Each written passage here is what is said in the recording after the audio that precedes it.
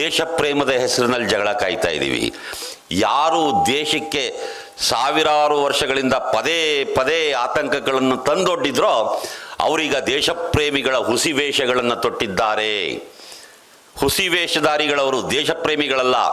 2000 ವರ್ಷದಿಂದ ಗಮನಿಸಿ, ಈ ದೇಶಕ್ಕೆ ಅಲೆಕ್ಸಾಂಡರ್ ಥರದ ಗ್ರೀಕರು ಬಂದು ದಾಳಿ ಮಾಡೋದಕ್ಕೆ ಯಾರು ಕಾರಣ?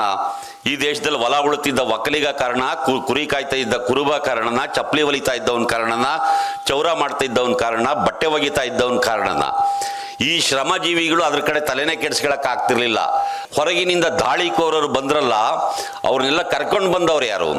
ನಿಮಗೆ 10ನೇ ಶತಮಾನದಲ್ಲಿ ಗಜನಿ ಮೊಹಮ್ಮದ್, ಗೋರಿ ಮೊಹಮ್ಮದ್ ಯಾತಕ್ಕೆ ಬಂದರು ಈ ದೇಶಕ್ಕೆ? ಅಫ್ಘಾನಿಸ್ತಾನದಿಂದ ಧರ್ಮ ಸಂಸ್ಥಾಪನೆ ಮಾಡಕ್ಕೆ ಬಂದ್ರ, ಅಥವಾ ರಾಜ್ಯ ವಿಸ್ತಾರ ಮಾಡಬೇಕು ಅಂತ ಬಂದ್ರ?